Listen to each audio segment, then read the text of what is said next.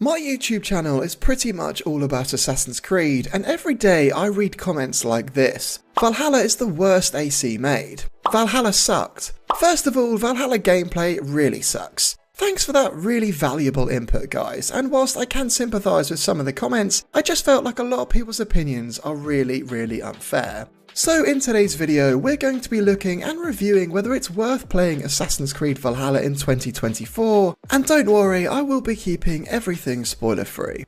To start, the world of Assassin's Creed Valhalla is absolutely freaking beautiful. Just like Origins and Odyssey, Ubisoft have pulled out all of the stops to give us amazing scenery and sprawling landscapes that make me regularly stop just to enjoy the view. It also runs at a really high frame rate too, and on my mid-spec PC, I tend to get between 70 to 80 frames per second, with all of the settings at maximum. For PlayStation 5 and Xbox Series X, you'll be looking at a standard 60 FPS.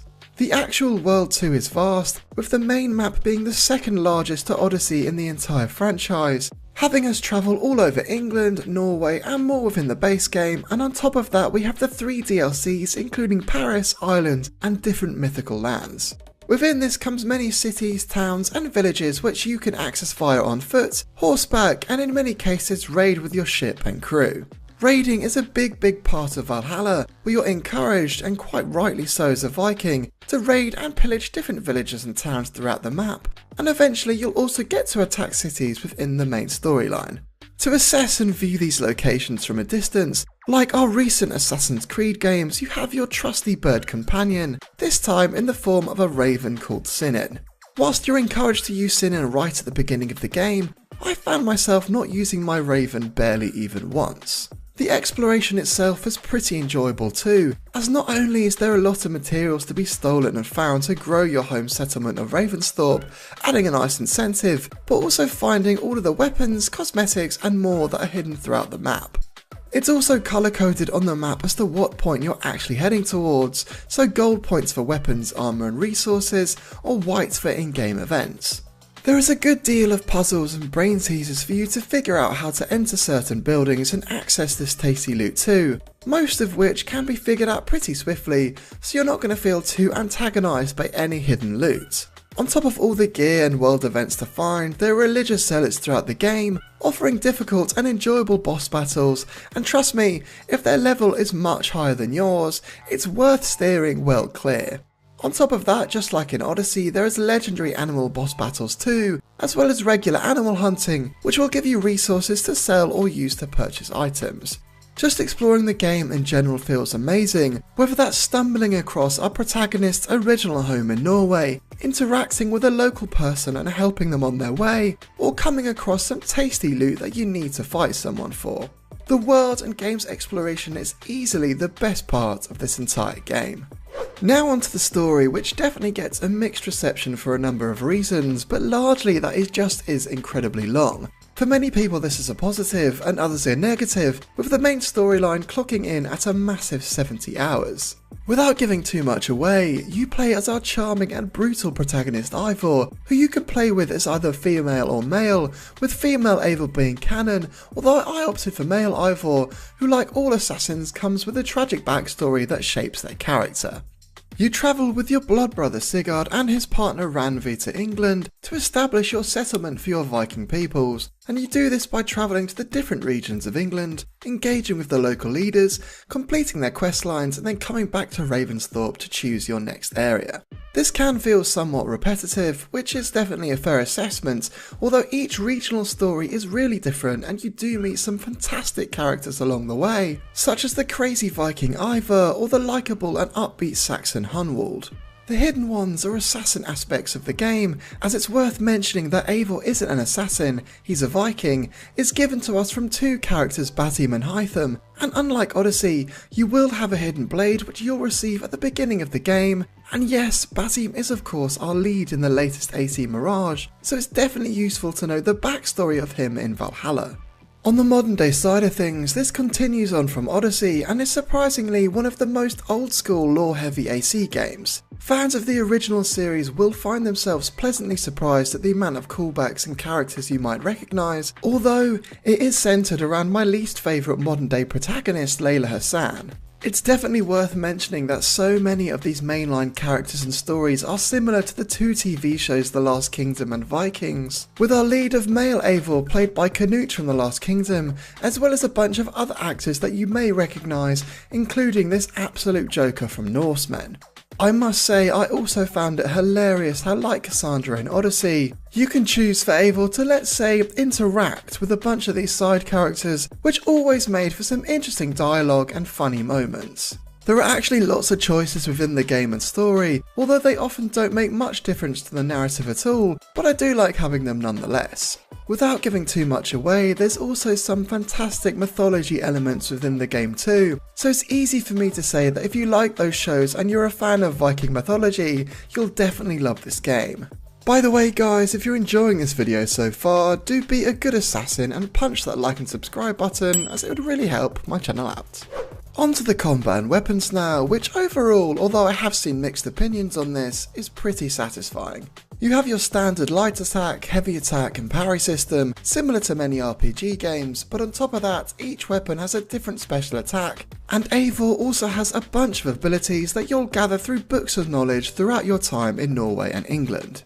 There are still lots of weapons in Valhalla, but nowhere near the amount you'd find in Origins and Odyssey, very much focused on quality over quantity. And within these weapon choices come some absolutely glorious kill animations, making this game probably the most brutal Assassin's Creed game to date. A negative of this is that a lot of the weapons and armours, in general a lot of the strongest ones, are only obtainable via microtransactions, which will definitely leave some people really frustrated. The majority of these cosmetics and weapons too are just so over the top, giving you insane vampire skins or shinobi skins, weapons from the game Destiny, and insane mounts like luminous wolves or metallic lions. While some people won't be bothered by this at all, it does somewhat take you out of your experience of 9th century England.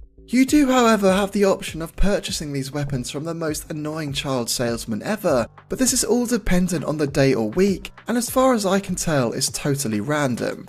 I have been lucky myself to never purchase anything other than the base game and DLCs, and I do almost have every weapon from the store, but I've also played it a lot too, giving me lots of opportunities to purchase everything.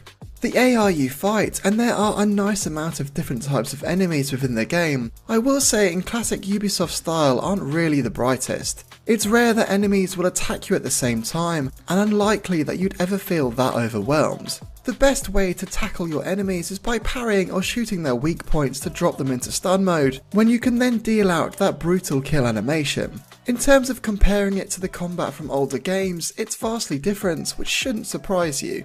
Not just the abilities you have like being able to fire arrows through walls or jumping 10 feet in the air to smash your enemies, but even some of the armours in this game are utterly insane, such as the Fallen Hero armour, which drops a pulse bomb whenever you take a single hit. There's a link here by the way if you are interested in knowing how to get that one. None of this by the way is a bad thing, it's just in next to no way like any of the older Assassin's Creed games. One thing I've noticed after putting 450 hours into this game is that once past a certain level, you become incredibly difficult to kill. I'd actually recommend playing on the highest difficulty from the start, as it will make you actually have to use stealth, which we'll talk about now.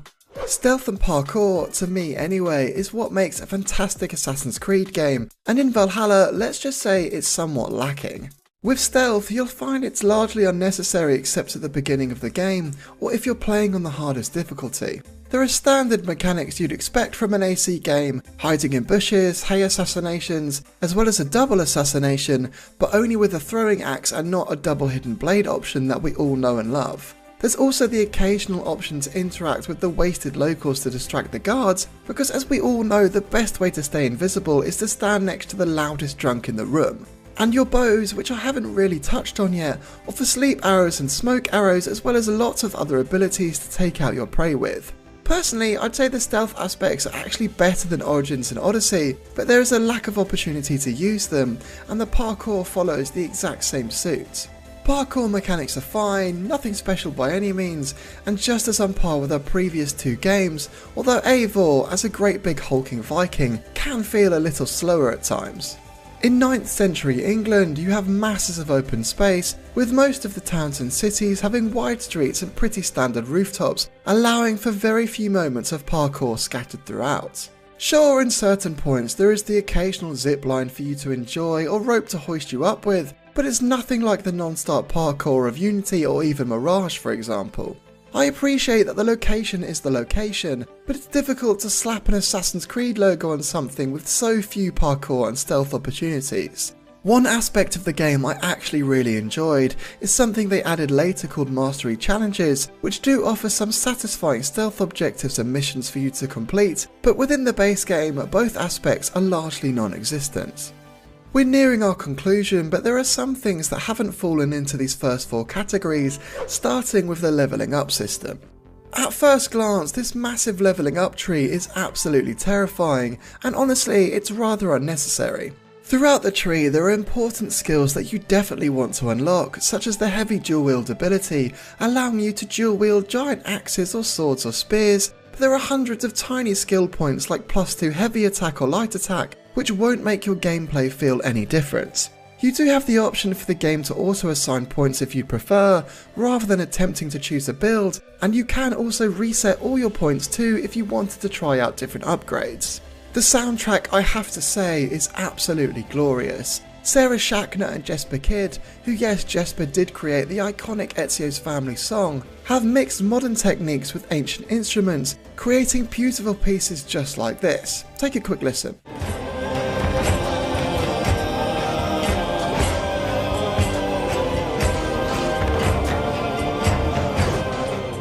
They've also added so many mini-games within Valhalla, Orlog, which is a dice game, which is actually so popular you can now purchase a version to play at home, as well as drinking games, fishing and flighting, which is a bit like 9th century slam poetry. All of this just gives you even more content and a break from the usual stick of chopping off heads.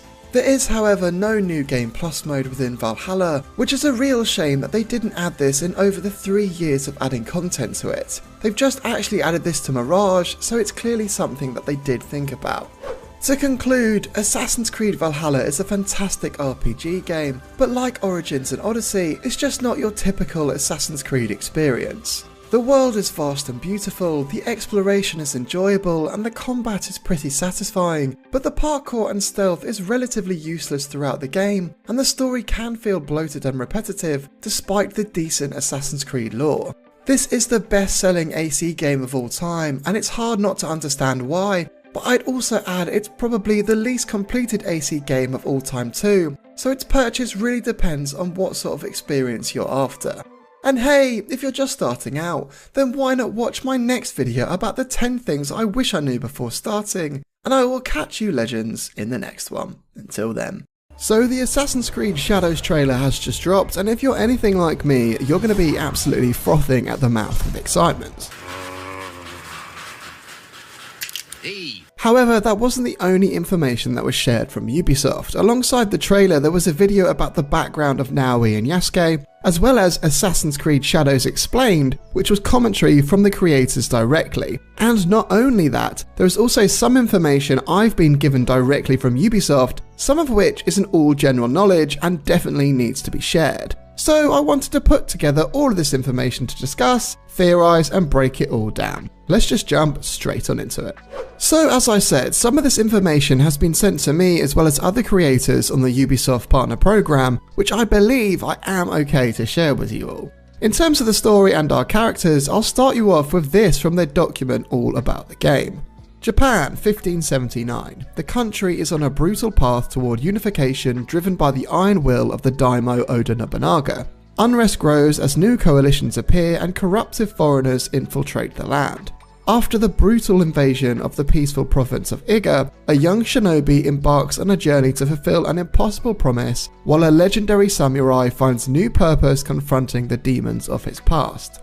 In Assassin's Creed codename Red, obviously now called Shadows, you will live the intertwined stories of Naui, an adept shinobi assassin from Iga province, and Yasuke, the historical legend. Against the backdrop of the turbulent late Sengoku period, this remarkable duo will discover their common destiny as they usher in a new era for Japan. From chaos to purpose, from darkness to light, a new creed rises over Japan. So most of this is kind of obvious from the trailer as well as the leaks that Insider Gaming shared a few months ago, although we have a few things mentioned like the legendary samurai confronting his past. I'll get onto Yasuke specifically shortly, but let's talk about Naoi's character and story first, as well as share Ubisoft's official description. Naoi is the assassin shinobi. She comes from the remote mountainous province of Iga in Japan, the birthplace of the shinobi. Her father, Fujibayashi Nagato, trained her to fight and tried to instill in her the values of valor, wisdom and benevolence with varying degrees of success. These values are challenged when the great and brutal daimyo, Oda Nobunaga, invades their home. Fujibayashi Nagato also instills in her a hatred for this tyrant, the antithesis of everything they stand for. Now firstly, Fujibayashi Nagato is a real historical figure, as is Oda Nobunaga, and Nagato was actually famously killed by Nobunaga, so my thoughts on this straight away is that Nobunaga is a Templar, and Nagato is actually running the Hidden Ones, or the Brotherhood, without Naoi knowing this, or maybe she does already know this, we'll just have to wait and see. Other information on this fabulous AC Shadows document about Naoi is this. Naoi is a farmer warrior from Iga province. This is a real place in Japan, isolated in the mountains. Several shinobis come from there. In 1579, there was a first attack on Iga by the Nobunaga clan. In 1581, happened a second attack. The second was much more violent, where Iga got crushed. Now, I'm assuming, of course, that this is where Naoi's father Nagato is sadly going to die, but whilst this is history, it may not be something they'll stick to. Again, just something we're going to have to wait and see. A really interesting note, which I'm not sure many people picked up on though, is from one of the developers in the background of Naoi and Yasuke. Just take a quick listen. And as a young person still at the start of the game, we get to see Naoi acquire even more of that wisdom as the story unfolds. So this says to me straight away that the game will span multiple years, and perhaps even we'll have our early play with Naoi before her village is attacked, as well as our early play with Yasuke, perhaps him even attacking the village directly. I think it would be really interesting if we got to see this event, the crushing of the Iga clan, from both Naoi's and Yasuke's points of views. So that's kind of everything from a story side of things I could find about Naoi, but now let's look at Yasuke and Ubisoft's official description. Yasuke is the iconic samurai. He was a real person who was likely born in Mozambique, taken by the Portuguese as a child slave, raised and trained as a warrior, and eventually came to Japan in the service of Jesuit missionaries. The first African Oda Nobunaga encountered, Yasuke impressed the great daimyo with his physical prowess, artistic appreciation, and ability to speak Japanese. Nobunaga, in turn, made Yasuke a samurai in his service. In our story, Yasuke had other reasons for coming to Japan, tied to the narrative of the game, more of these details to come later this year.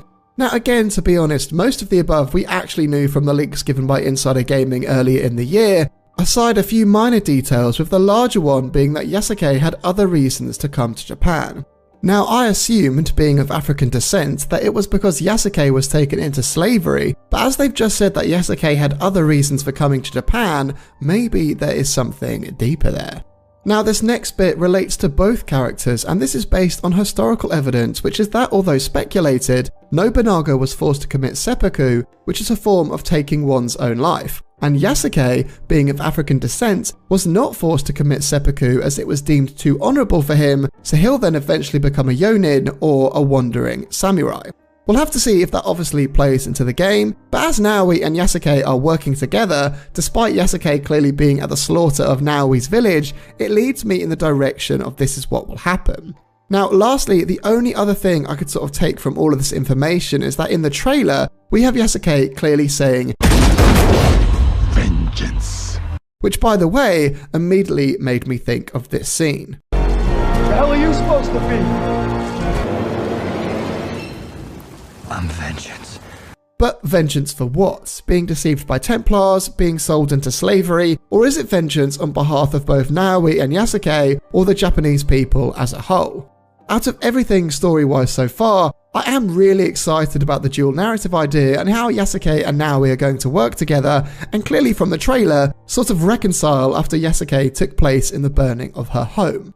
But that is everything I could pull out regarding the story from all of the content shared from Ubisoft, and if you think I've missed anything on the story, then do let me know down in the comments. And by the way, if you are enjoying this video so far, and want to see future AC Shadows content from myself, then a like and a sub would go a long way. But let's get back to the video and look at all of that combat.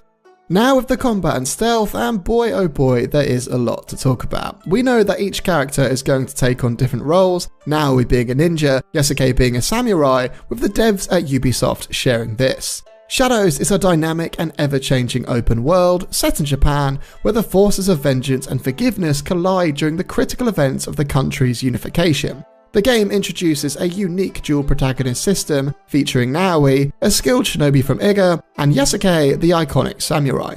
These characters offer distinct gameplay experiences as their stories intertwine in a world where nothing is purely black or white. The game revisits the franchise's roots with a fresh take on stealth as you become an assassin shinobi, and it transforms the combat formula, offering the ultimate samurai fantasy, forging a new breed of RPG for the franchise. So as I said, it's super clear that our samurai will be combat heavy and our shinobi will be stealthy, but let's look at all of the notes on each character starting with Naoi, firstly with that really cool looking hidden blade.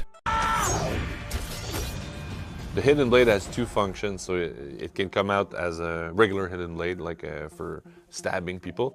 But now we can extrude the second portion and flip it so that she has a dual wield using a smaller weapon called a tanto and her hidden blade at the same time. So firstly, yes, you are right. This is the same hidden blade that Connor got to use in AC3 that turns into a dagger. Now, the fact we can fight with hidden blades again is insanely cool, and something I've always felt has been missing in the most recent Assassin's Creed games. Now, I do note in the trailer, Naoi is also doing a double assassination, which I am incredibly pumped about. The last time we could do a proper dual assassination was in AC Syndicate, which was a massive 9 years ago, so this is something I cannot wait to see and be able to use again. The next biggest thing for Naoi is her grappling hook, which again from leaks earlier in the year we did know about, but it's fantastic to have it now confirmed in the trailer. According to the leaks too, we won't just be able to use this to aid our movements, we'll also be able to use this in combat as well. This just makes me think of that incredible Predator move from AC3, but the guys at Ubisoft have shared this. Naoi's grappling hook. This is a new tool very useful for stealth. It allows her to climb over walls that you cannot climb with Yasuke or without the hook. It offers different paths for Naoi when finding hook points in the game. She can navigate much faster into the open world. And from one of Ubisoft's videos, the devs have said this. The key difference is her ability to take a much more vertical approach. And a lot of our locations are big castles, big tenshu's with these giant walls. And it offers her a whole new vantage point for a lot of these missions where Yasuke doesn't have necessarily the same opportunity. So there is even a load to unpack just in that sentence, and whilst I think I understand the grappling hook pretty well now, although obviously we won't know until we see the gameplay, it'll likely be a cross between the grappling hook and Syndicate, as don't forget Ubisoft Quebec made that game too, also maybe looking at how the grappling hook works in Sekiro as well. The fact they're also talking about castles and tenshu's makes me really pleased too, as whilst we obviously saw Naoi infiltrating a castle in the trailer, we didn't see a lot of buildings in general, so it's nice to know that they exist. Other leaks from Insider Gaming also state that we can use shuriken and kunai, and we can see Naoi also using some shuriken from the trailer, which I did think looked absolutely awesome. You can also see bombs attached to Naoi as well in the trailer, which I assume will be smoke bombs, but something that isn't widely shared is this concept art, which shows Naoi with the chain sickle, which I just cannot wait to try out and see how that might work. Now, the last note on Naoi's combat that the creators shared is this. Then hold her own against a few enemies, but she's not a big brawler like Yasuke is to take on a horde of enemies, right? She is light armored and she's quick and she's agile. And that's definitely one of the key elements, her sheer speed. She's very, very quick and extremely lethal. But as soon as she's seen, the danger really rises for her, and she's got to get out of there as fast as possible. You can obviously see from the trailer that Naoi is incredibly quick, but the fact they're also saying that once she's spotted, the danger really rises for her, really emphasises her need for stealth, much like Basim in AC Mirage. My only other thought was that in the trailer, we didn't actually see that much stealth, like Naoi takes out those 3 guards and then moves into combat, but actually after all of these notes from the developers, my hype for the stealth in AC Shadows is absolutely massive and pretty positive overall. There is even breakable features in the game where Naoi and Yasuke can smash through different props, so Naoi will now be able to assassinate people through shoji doors, and Yasuke will be able to break them, being the big samurai brute of the game. Let's take a look about all the details surrounding Yasuke's combat. So as we know, Yasuke isn't going to be that stealth character almost at all. He doesn't have the grappling hook, and judging from this character turnaround, he doesn't seem to have tools either. In fact, there is no mention of Yasuke having tools from Ubisoft at all. One giant thing Ubisoft actually confirmed Yasuke not having is a hidden blade. Take a quick listen. Yasuke can fight with all his advantage, his stature, like he's a big guy, he can break door, he can fight multiple enemies, he can break armor. Compared to Naoi, like her character and their outfit, it's really about being stealth, being unseen. She's the only one with the hidden blade, so they have clear advantage that put them into the stealth and the combat. Now, whilst I'm sure that might scare some people, I actually think they've made a good choice here. It really will make you pick and choose which character to use for which scenario, rather than just playing as your favourite. In fact, I'll also share this now as it's perfect timing. In the game, you can switch between both characters as you please. They do have a life when they're not played, so when you switch back characters, you can see them do something different. So whilst I assume for some narrative parts of the game you will be forced to switch characters, you can choose whichever character you'd like, just like Jacob and Evie in Syndicate. We can also see that Yasuke has more than just his katanas. In this clip he is wielding a kanabo, and because of this I'm assuming there will be other heavy weapons within the game too that he can use as well. One thing not noted by the devs and just in this trailer is that although we can't see Yasuke using one, muskets are clearly being fired by other samurai. So whilst I'd be surprised if Yasuke isn't able to wield his own musket, it likely means that we'll be able to use enemies as human shields like back in AC3. I do really hope that they've included that anyway. I'm also really pleased to say that the devs have shared that all of the trailer choreography has been taken from in the game itself, so all of what we've seen in the trailer are things we'll actually be able to do in the game, and they're not just showing us things that aren't actually possible to hype us up. Lastly, on combat and stealth, the devs also clearly state that black box missions are in the game, and if you don't know what these are missions where you're basically given a target to assassinate, usually within a building that you have to infiltrate, and there are a variety of ways that you can approach that target. These are ultimately a staple of Assassin's Creed games, so it's good to know that these are also in AC Shadows. Now that was a lot to talk about, but there is even more that I haven't mentioned yet. So firstly, the devs have also spoken about how there is dynamic time, seasons and weather, which to me makes me instantly think about AC3, where you had the same map once in summer and once in winter, where it was absolutely covered in snow. I can only speculate on this, but something like that is what I'm hoping for, as well as some missions being nighttime specific.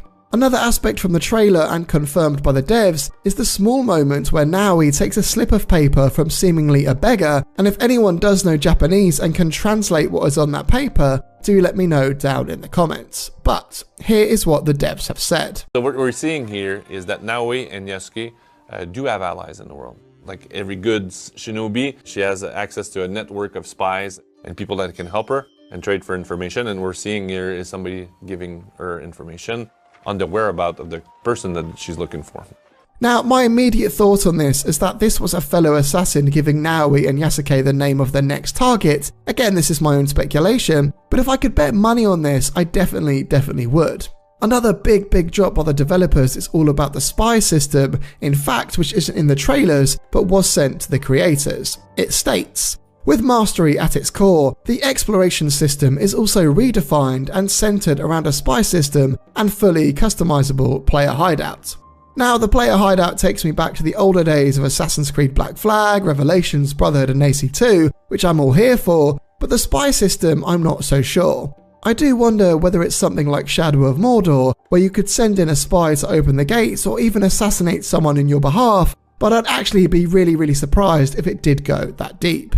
Now obviously I have speculated on a lot of what I've just spoken about, but ultimately, what do you think? I have covered some of the leaks today that were released by Insider Gaming a few months ago, but for that full set of leaks, all of which are seemingly now true, you can watch my next video as it gives way more information about things like the combat, map size and more.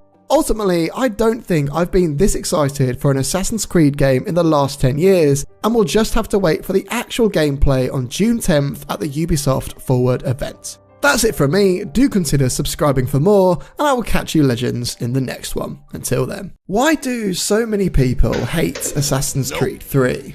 When AC3 released in 2012, it was seen as a massive downgrade compared to the previous Ezio trilogy. It had been a really long time since I'd played it, so I picked it up again recently to see how well it all holds up.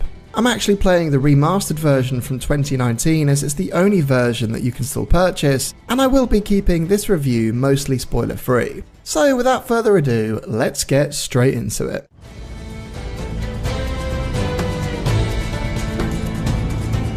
Now, I don't want to spoil anything for you if you've never played, but I will be explaining the premise and the early parts of the game. You play as Connor, a Native American in, you guessed it, colonial America, a new young assassin working on destroying the local Templars, based across the two cities of Boston and New York, as well as the surrounding frontier area. However, in AC3 you don't actually start playing as Connor. The first 4 hours of the game sees you playing as the frankly charming and very British Haytham Kenway, son of the very famous Edward Kenway in the next installment of the game Black Flag. Our time with Haytham is very much the prologue of the game, and this is one massive prologue, all about him establishing a base in America to find an Isu artifact, working with some of the locals and engaging with the Native American community. Now here's the twist I'd be surprised if you didn't already know. AC3 gives us the illusion that you're an assassin and you're playing as one of the good guys until we indoctrinate one of our buddies Charles Lee into the fold and Haytham says, "Welcome to the Templars."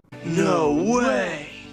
Yes way! Shortly after, we then begin playing as our protagonist Connor, first as a child, then as a teenager, then a young adult, and then finally until we don our assassin robes and play as the fully grown Connor. All in all, this entire setup takes about 6 to 8 hours or so it's clear to see why for many people the pacing of the game can feel far too slow. Now with all that being said, from a story perspective, I may be mostly alone in saying that I like the long setup. I like that we get to play as the coolest Templar of all time, sorry Shay. I like the character development of Haytham rather than introducing us to Connor's father down the line, and I like the world building leading up to all of Connor's life events, but can ultimately appreciate why for many they're keen to get stuck in way quicker. Our main character Connor, or Ratu Hagaitan, which I'm definitely saying wrong, has a very mixed opinion amongst the Assassin's Creed community. Connor had massive Ezio-sized shoes to fill, and he is so vastly different to our charismatic Italian, which makes a lot of sense considering his horrendous backstory. Connor is a largely stoic main character, angry at others, is very one-toned and serious almost 100% of the time, incredibly revenge-driven, naive, quite selfless when it comes to his community and those he loves, and always sticks to what he believes in and doesn't falter. Ultimately, Connor's main goal is to secure a place for his ever-dwindling people. A large part of the game, in fact, is not only just hunting down Templars, but is also centered around the American Revolution, which if anything, is what most of the story covers. We take part in famous battles like the Battle of Bunker Hill, influence different historical characters and the decisions they make, even going so far in one scene to actually be at the signing of the Declaration of Independence. Whilst the world might be historically accurate with many real historical figures, actual history is massively subverted, where Connor happens to be at almost every single major event, and in many cases is the sole reason why things happened as they did. As I said, I won't give any major spoilers away, but the rest of his time in game is spent hunting down Templars, occasionally working with his father, which makes for some of the best moments in the game, and chasing down a certain character known as Charles Lee, who is responsible for the burning down of his home and sad death of his mother. I have to say that as a bad guy, I absolutely love Charles Lee. I liked how through Haytham's arc he actually seems like a stand-up guy, before he then starts beating on a 10-year-old Connor before burning down his family home. Again, that long Templar twist setup really aids the overall narrative, although it can always be quite funny when Connor is always shouting "Where is Lee?" in any social setting. Where is Charles Lee? Someone I haven't mentioned so far is Connor's mentor Achilles, who eventually you'll see further explored in the upcoming AC Rogue, although it's fair to say that Rogue doesn't exactly paint him in the best light. In AC3 though, Achilles is very much Connor's absent father figure, showing Connor the way of the assassin, trying to teach him right from wrong, and whilst a lot of the time Achilles and Connor will disagree, there is always an understanding and respect between the two of them. Other side characters include the hilarious Robert Fulker, who will show Connor how to sail, as well as lots of historical characters like George Washington, Benjamin Franklin, Samuel Adams, and more. Now, whilst I did say that Connor is quite a serious and one-toned character within the main storyline, his personality really does shine in his side content. The homestead missions, which sees you aid your local townspeople and recruit them to your settlement, is where Connor almost gets to take a bit of a break from the usual brutality of the main storyline, even going so far to walk someone down the aisle at their wedding. This is part of the game which if you never explored, you didn't really get the full AC3 experience and never got to see another side of our Native American protagonist. The Assassin's Recruit missions are also weirdly a piece of side content rather than within the main storyline, which sees Connor, being the only assassin in the colonies at the time as Achilles is too old, try to rebuild the Brotherhood. In fact, there's even a part within the main storyline where the assassins play an important role, so if you hadn't done these Assassin Recruit side missions yet, you'd be really perplexed as to why they seemingly appeared out of nowhere. Even the conclusion with Achilles only takes place if you complete all of the homestead missions, and I feel like Ubisoft was kinda all over the place when trying to decide which aspects were needed for the story and which weren't. On the modern day side of things, which usually gets a giant groan from myself and much of the AC community, this is easily the strongest in the entire series. Some people say that after AC3, the modern day storyline died, and I am inclined to agree. Most of the time, I'm really not that bothered about the modern day storyline and would always prefer to just be in the Animus, but AC3 gives us an insight into what a full modern day AC game might look like. You find yourself climbing skyscrapers, infiltrating fighting tournaments, and then even sneaking into Abstergo itself, even managing to get some really fun modern day combat in there. To be honest, I don't really think that the modern day storyline of any Assassin's Creed game is actually well written, but it's the missions themselves which makes this so enjoyable. The modern day storyline ending is controversial for many, but I liked it. The closing of Desmond's storyline is satisfactory, if not a little rushed, and ultimately a sad ending for our favourite modern day protagonist. Overall, AC3's storyline is a slow-burning narrative that takes time and dedication, following a protagonist unlike what you're used to. I absolutely love that Connor narrates the story the entire way through, and it's a shame that they cut Connor's end monologue which was in the original game. It's a few minutes too long to share all of it now, but if you haven't heard it before, I suggest you give it a listen as it ties off everything rather excellently. Were we not meant to live in peace then? Is that it? Are we born to argue? To fight?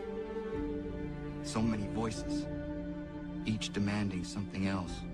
Compared to AC2, Brotherhood and Revelations, which is very clear cut on who is good and who is bad, AC1 actually tries this too. It isn't so clear on who are the bad guys and who are the good, and the father and son dynamic with different ideals makes for some excellent dialogue and moments. I have to tip my hat as well to all of the voice actors, which dare I say is one of the best of the entire series. One negative I will say, and I don't know if this is the fault of the remaster, is that the cutscenes themselves don't look that great. We have poor facial expressions, bad textures, little detail, and if you look at the old faces from AC3 compared to now, there is a big difference. I'm really not sure what happened there.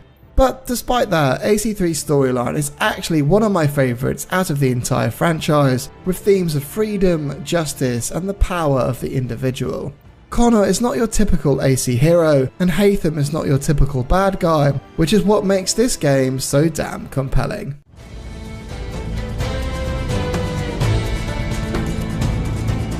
So as we know, AC3 is set in colonial America, specifically between 1754 to 1783, and your time will be spent across the two cities of New York, Boston, and the surrounding frontier.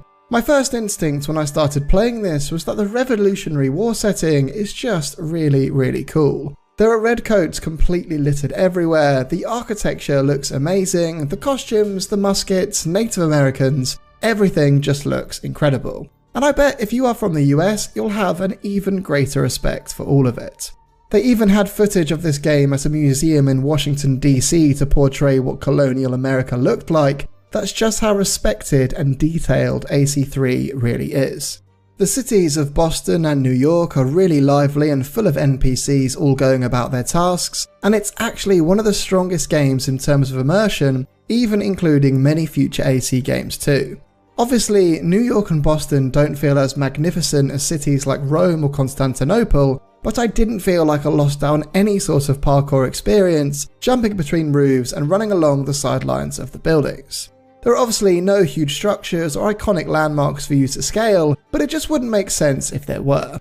I feel like despite both cities being incredibly similar in design, I still found them as enjoyable and interesting as our previous games. The space between the cities, known as the Frontier, is a series of diverse open plains with rolling hills, dense forests, swamplands and beaches with both colonial and native communities. There's also tons of different animals as well for you to hunt down, including bears, wolves, deer, moose, rabbits, elk and more, ultimately making the world feel very alive compared to our previous 4 games. To compare it now to games like Origins, Odyssey and Valhalla just isn't really fair, but at the time AC3 felt massive in scale. However, it's fair to say that there is a lot of riding and running around, which especially when travelling to your homestead can feel really boring. Whilst fast travel does exist, you can't simply travel from a city to your homestead. Instead, you have to fast travel to the end of one map, move through the frontier, oftentimes physically ride on your horse, before then getting to the end of another section.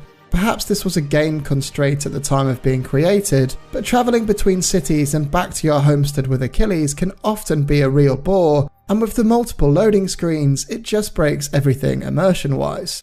You can, however, fast travel if you use your ship or even a carriage, however even then, you're still not exactly where you'd want to be.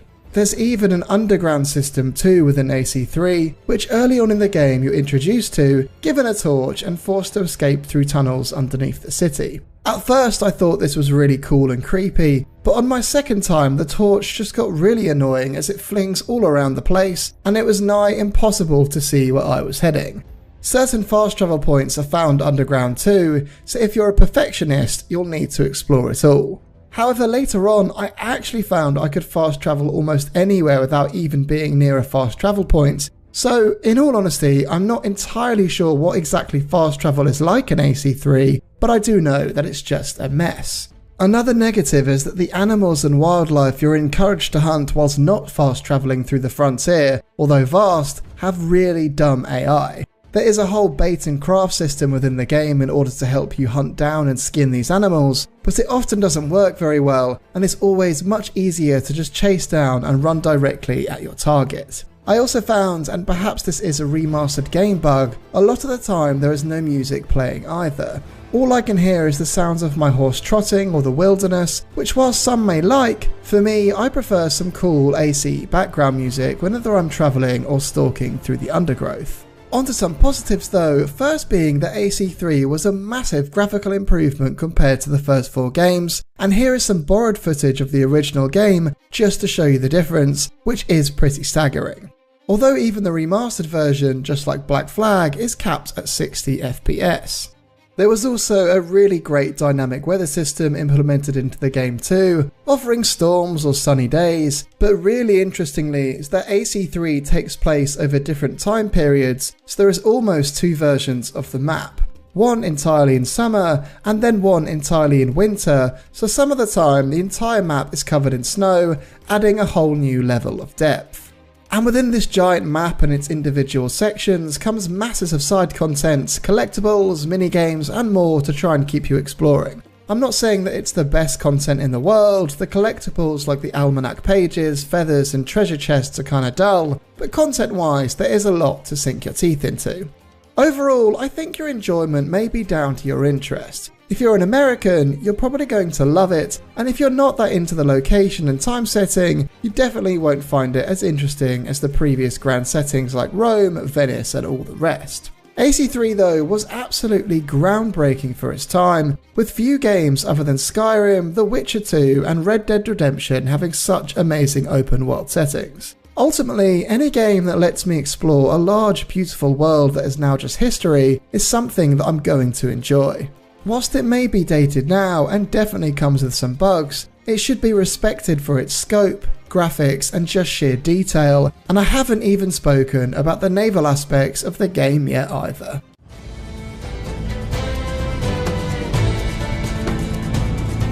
Now, as I've just mentioned it, let's talk about those naval missions. As you can't physically get off your ship, nor just free roam and sail, I didn't think it was right to include it in the exploration section of the review.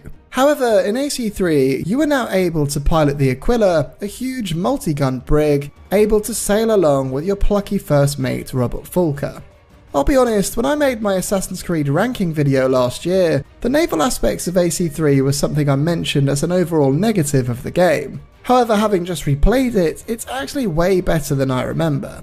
Sure, there is a massive difference compared to Black Flag, there is for a start only one camera setting which is a little annoying, and the actual fighting mechanics are different and downgraded, but it really does look fantastic. Perhaps sailing almost feels out of place for an Assassin's Creed game, but the compulsory parts of the sailing don't actually last that long, so if you'd rather not bother, then you have the freedom to kind of ignore it altogether.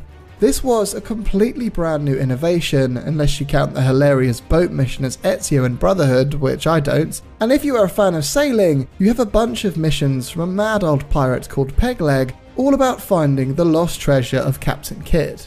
Again, like the Homestead missions, these were all very well designed, adding a great load of fun side content to the far more serious main story, even offering its entire own villain and conclusion too, giving you a total of 5 hours extra content, making it almost feel like a DLC or its own game.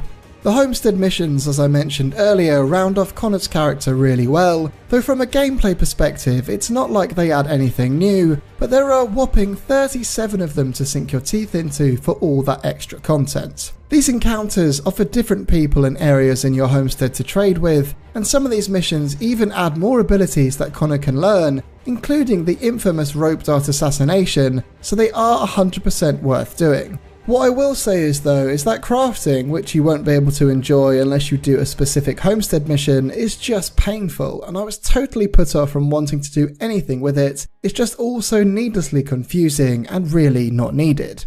Other side missions or content are things like courier missions, guild missions, brawling or delivering items, which honestly are something I don't really recommend as they add little NPC interaction and are always exactly the same. There are also assassin recruit missions, much like the previous Brotherhood and Revelations, another aspect of AC3 that is largely forgotten about.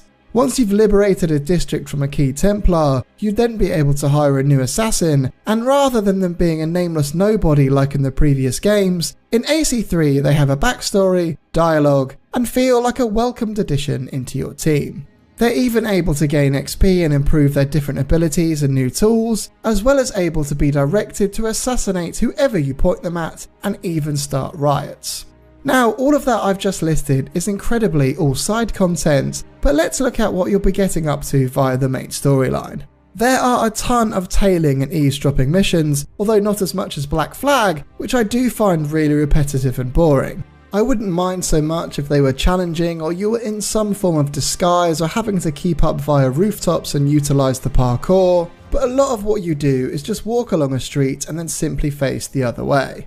Although tailing missions were more prevalent in Black Flag, I didn't actually mind them as much because oftentimes they were more challenging or you had to take out guards along the way. There are also quite a few various timed missions where you have to ride or parkour your way to a location before the time runs out, and while some of these can be quite fun, others, particularly the riding ones, not so much. You also take part in missions where you command gun lines, which ultimately finds you running up and down the line on a horse and telling the men when to fire. This is almost like they tried to include a sort of mini tactical strategy game within AC3, but it doesn't really work. It very quickly becomes repetitive and not particularly challenging, although granted it does look pretty cool and make you feel like a bit of a general. Other main missions involve assassinations, who'd have guessed it, sabotaging various boats or enemy holdings, or just simply killing everyone in sight. One thing I find particularly frustrating in our main missions, however, are the optional mission objectives. Alongside your main objectives are different requirements that if you complete offer you extra XP, and whilst in theory this is a really cool idea, most of the time they're actually way too difficult for you to complete. I've also found that often, and again particularly within the missions themselves, is that they can be kind of buggy. On occasion sound will cut out, the game will just crash and have to be restarted, but even more wild is that the NPCs just really aren't very intelligent. Overall, the bulk of the main missions are enjoyable, particular side content like the homestead missions and naval aspects really shine, with a lot of the other side content feeling really bland and repetitive. I have to say though that the missions where Haytham and Connor get to do some fun activities together are easily my favourite, not just because it makes for the most interesting dialogue of the whole game, but the missions themselves are really enjoyable, and there truly is nothing better than killing redcoats alongside your Templar father.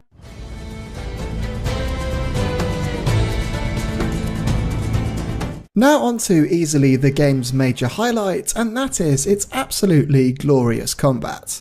I will say this now, that whilst maybe not the most challenging, AC3's combat is by far the most enjoyable of the entire series. Connor and Haytham are both unstoppable tanks, dealing out brutal kill after kill in such a variety of fun ways. Whilst your main weapon as Connor is a tomahawk and Haytham's a sword, you have the option to pick up and purchase other weapons such as axes, muskets, clubs, knives, swords, alongside your own hidden blade and even just fists if that's your prerogative. With that comes lots of different attack styles and animations with each weapon too, and whilst it doesn't really matter which weapon you use for each fight, the possibilities seem endless and you'll rarely see the same animation take place in each encounter. Our combat too is incredibly fluid, so swapping between enemies, parrying, quick-shotting or even choosing to run away is always really responsive, and whilst Connor looks like a great brute, he has the reflexes of a ballet dancer. Some of your tools, which I'll speak on shortly, are also there for combat too, so your pistol, bow or even rope dart are all available for you to use mid-fight. Whilst AC3, Black Flag and Rogue all share very similar combat systems, and all three are fantastic, AC3 just takes the lead with everything I've listed above. Whilst it may be my favourite combat of the series, that isn't to say it's perfect, with perhaps its largest negative just feeling that it's kind of easy. Combat in AC3 can be mastered in just a few minutes, where it's pretty simply attack, parry, break defense, throw, and the occasional moment where you'll have to use an enemy to block incoming fire.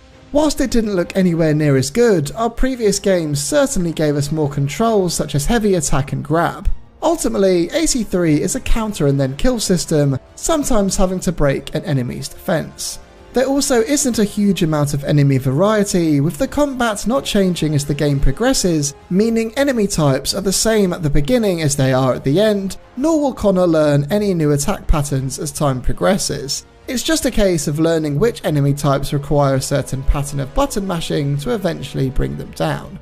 This one may be a personal preference too, but counter kills also now go into slow motion, which whilst looks cool and feels a bit like say the Matrix, it isn't as seamless and smooth as previous games, again making it feel less skill based to time a counter when you have such a long duration to react. I personally don't mind it, but I can appreciate while others might not be a fan.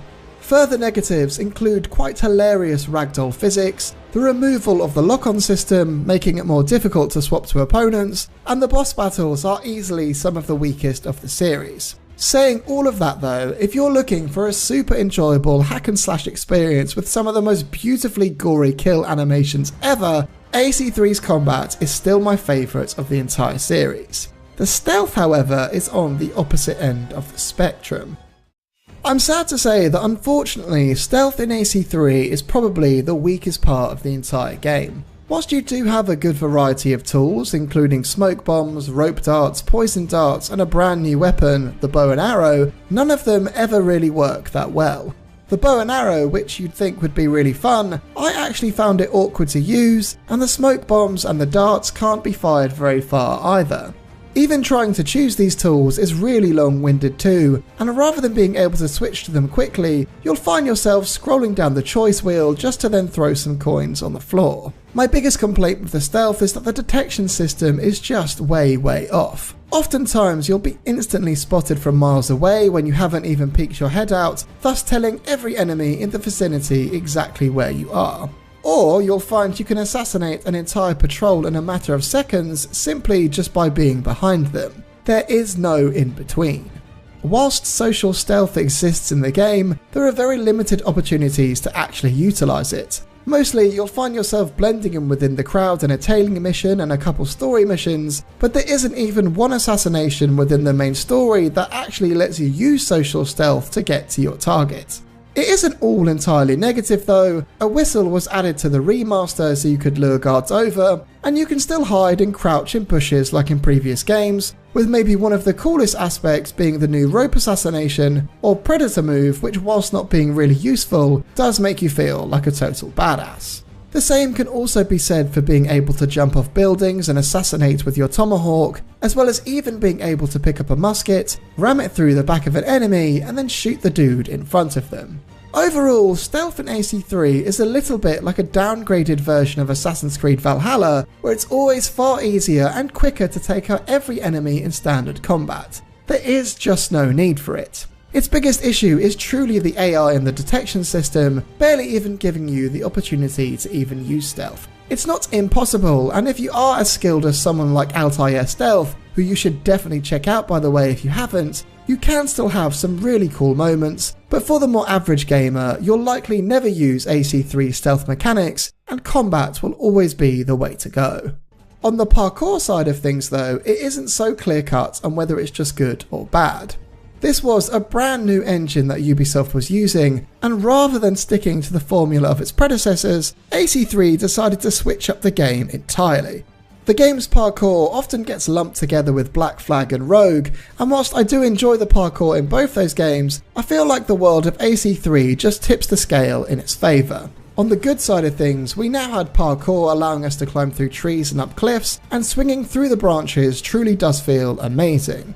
Whilst it is very much a sea of linear paths, so you don't have much choice in which direction you actually want to go, this doesn't personally matter to me one bit. The animations themselves look fantastic, be that jumping between ledges, swinging over fences, climbing through cracks, even running through a house which is just a straight up animation, they all look amazing. Seriously, this game does have to be commended with just how brilliant and seamless our parkour and free running now looks. A somewhat controversial change was that for all of this fluidity, there was a change to the controls, now combining free running and jumping into one singular button.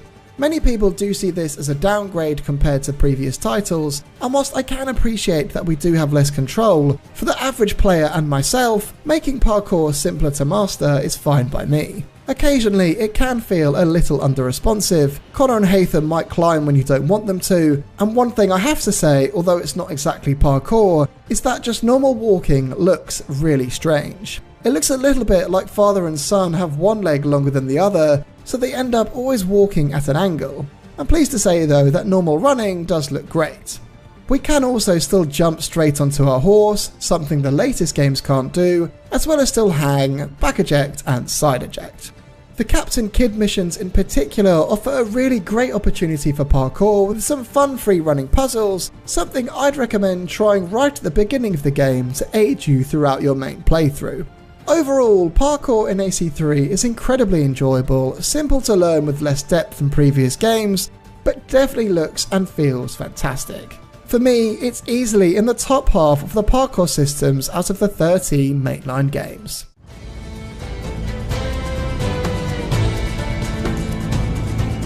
One thing I haven't touched on yet is the game's soundtrack, which whilst it won't be playing all of the time, is easily one of my favourites of the entire series. Black Flag probably takes that top spot, with Valhalla deserving a shout out too, and whilst I have zero musical knowledge at all, just take a quick listen to this.